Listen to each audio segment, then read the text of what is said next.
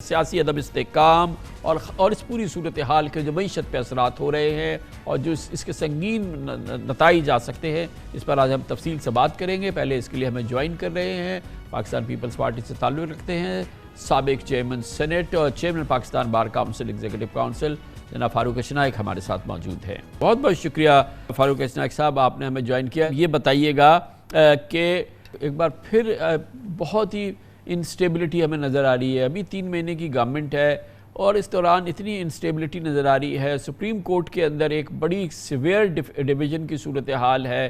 ایک supreme court کا جو ججمنٹ ہے اس پہ ابھی عمل کی کیفیت نظر نہیں آ رہی۔ آپ کی جماعت نے تو بات نہیں کی، لیکن جو حکمراں جماعت ہے اس نے پی ٹی آئی پہ پابندی کی بات کی، اور پھر حکمراں جماعت کے جو وزیر ہیں وہ کہہ رہے ہیں کہ پتہ نہیں یہ سسٹم ختم ہونے والا ہے، یہ سسٹم ختم ہو سکتا ہے اگلے 3 مہینے سلسلے میں بہت ہی خطرناک ہے۔ اچانک ایک عجیب پولیٹیکل ٹرموائل ہم دیکھ رہے ہیں نائک صاحب۔ یہ تو دیکھیں، میں تو بڑے عرصے سے یہ ٹرموائل دیکھ رہا ہوں۔ سپریم کورٹ کے اندر جب چیف جسٹس بندیال صاحب تھے اس زمانے سے میں دیکھ رہا ہوں کہ کیا کہتے ہیں، ایک ڈیگرز ڈرون ہے پولیٹیکل پارٹیز، الیکشنز کے اوپر ڈیگرز ڈرون ہیں، پالیسیز کے اوپر ڈیگرز ڈرون ہیں، اور سپریم کورٹ میں ایک بہت بڑی ڈیوائیڈ آئی ہے جو آپ سب کے سامنے آ گئی ہے۔ اور جو فیصلہ آیا ہے، کچھ لوگوں نے اس کو پسند کیا ہے، کچھ لوگوں نے اس کو پسند نہیں کیا۔ اس کے اندر میں سمجھتا ہوں وی ڈیو رسپیکٹ ٹو دا 8 ججز جنہوں نے میجورٹی ججمنٹ دی ہے، انہوں نے الیکشن کو ایکٹ کو ری رائٹ کر دیا۔ الیکشن کو ری رائٹ کر یہ جو الیکشن کے لاز بنانے کا یا لیجسلیشن کا جو پاور ہے وہ خالی پارلیمنٹ کو ہے، اور سپریم کورٹ اور ہائی کورٹ کو جو پاور ہے to interpret the law and not to legislate. اسی لیے ریویو پٹیشنز فائل ہو گئی ہیں۔ اب ان کا کب وہ ان کا ڈیٹ لگے گی، کب ان کی کیا کہتے ہیں سنوائی ہوگی، یہ اب وہ وقت بتائے گا۔ کیا وہ انفرکچوس ہو جائیں گی بائی دا ٹائم کیا کہتے ہیں آپ سنوائی کریں گے؟ اس سے پہلے وہ امپلیمنٹیشن کرنی پڑ جائے گی اس ججمنٹ کی، کیونکہ ججمنٹ بھی تو امپلیمنٹیشن کرنی ہے، کیونکہ آئین کہتا ہے کہ سپریم کورٹ کی ججمنٹ ہر آدمی کو ماننی ہے۔ تو یہ ساری چیزیں جو ہیں، اگر یہ ریویو لگ جاتا ہے، میں سمجھتا ہوں چاہے وہ الاؤ ہوتا چاہے ڈسمس ہوتا، تو کم از کم یہ جو غیر یقینی حالات پیدا ہوئے ہیں وہ ختم ہو جاتے۔ اب لوگوں کی نظر ہے ریویو کب لگے گا کہ نہیں لگے گا۔ اب انہوں نے فیصلہ کیا ہے کہ چھٹیوں کے بعد لگایا جائے گا، جو کمیٹی ہے سپریم کورٹ پروسیجر ایکٹ کے نیچے۔ اب وہ فیصلہ ہر ایک کو ماننا پڑتا ہے۔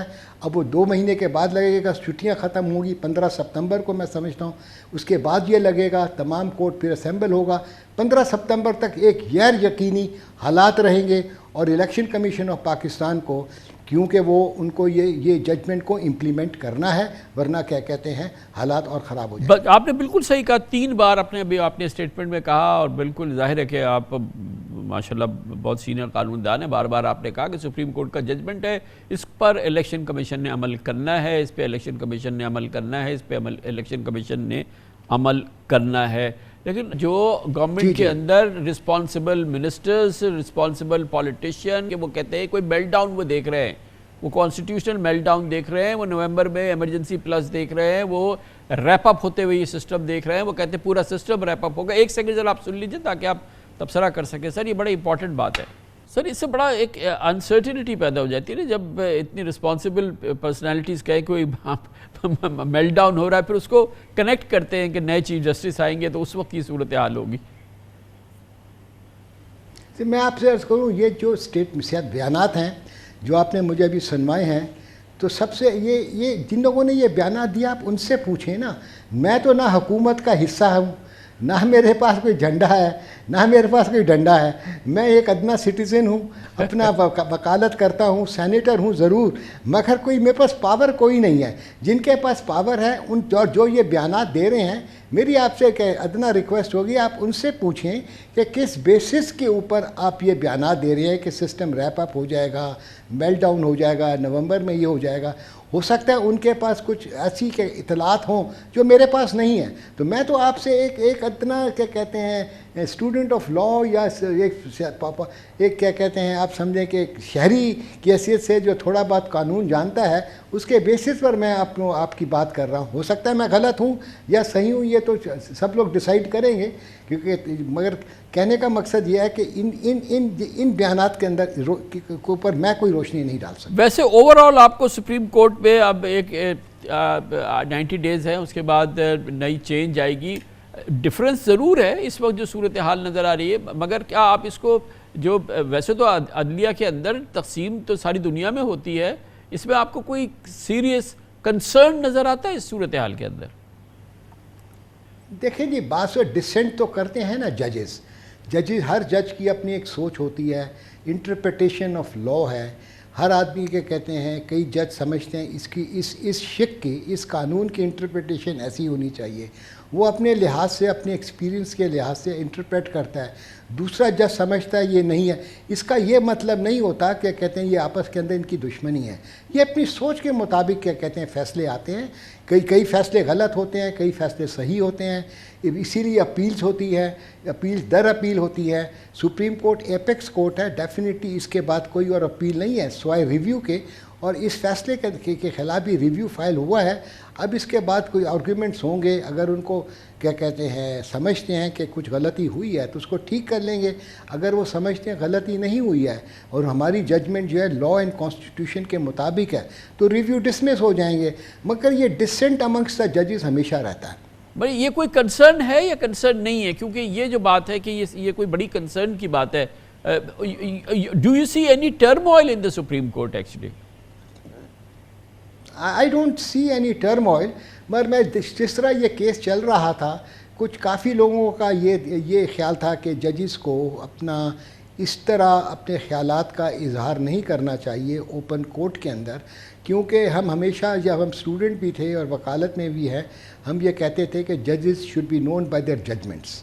تو ججز اگر اپنے آپ کو ریسٹرکٹ کر لے, ججمنٹ جو مرضی لکھیں, مگر ان کے جو وہ آتے ہیں آبزرویشنز آتی ہیں, پھر وہ ٹی وی کے اندر آتی ہیں, اس کی وجہ سے بھی کچھ لوگوں کے اندر میں سمجھتا ہوں کیا کہتے ہیں ایک کیفیت پیدا ہوتی ہے, ڈیوائڈ پیدا ہوتا ہے.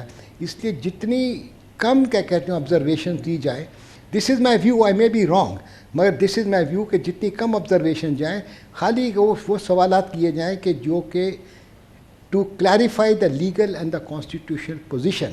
اگر اپنا اوپینین دینے شروع کر دیں ججز تو پھر وہ یہ جو آپ ڈیوائڈ کی بات کر رہے ہیں وہ ڈیوائڈ شروع ہو جاتی ہے, اور جو سیاسی بیانات شروع ہو جاتے ہیں پولیٹیکل پارٹیز. اچھا, اس وقت ایک امپورٹنٹ بات ہے, چلے آپ وہ کر رہے ہیں کہ ابھی بھی نگاہیں یہ ہیں کہ ایک مفاہمت کی صورتحال, ایک کنسنسس کی صورتحال, جو جتنی بھی ہم نے بات کی ہیں کہ فیئر الیکشن ہو جائیں, نگران کا نظام کیسا ہو, موجودہ سیاسی صورتحال میں جو افراتفری ہے اس کو کیسے مینج کریں.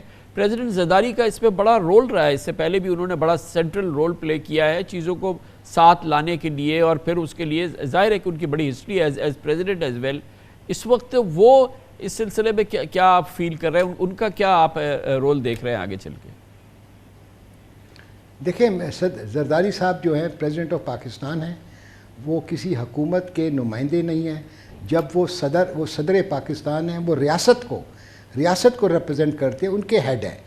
اس لیے میں سمجھتا ہوں کہ ان حالات کے اندر تمام لوگوں کو, تمام پولیٹیکل پارٹیز کو ان کی جو سروسز ہے ان کا فائدہ اٹھانا چاہیے. ان کی صدارت کا, ان کو کیا کہتے ہیں ایک بائی پارٹیزن رول کا ہر ایک کو چاہنا چاہیے کہ وہ بائی پارٹیزن رول ادا کریں. اور اس ملک کے اندر جو کشیدگی ہے سیاستدانوں کی اور سیاسی حالات کے اندر, اس کو ختم کرنا چاہیے. اور میں سمجھتا ہوں زرداری صاحب اس کے اندر بہت اچھا رول پلے کر سکتے ہیں, کیونکہ وہ عوام کی نفس سمجھتے ہیں اور یہ سمجھتے ہیں کہ کیا کہتے ہیں کہ کس طرف جایا جائے تاکہ ملک جو ہے, اور ان کی تمنا ہے, جو بھی میری ملاقات ہوئی ہے جب بھی ان سے, ان کو ہمیشہ اس ملک کی فکر رہی ہے اور یہ چاہتے ہیں کہ ملک ترقی کرے اور جمہوریت ترقی کرے اس ملک کے اندر.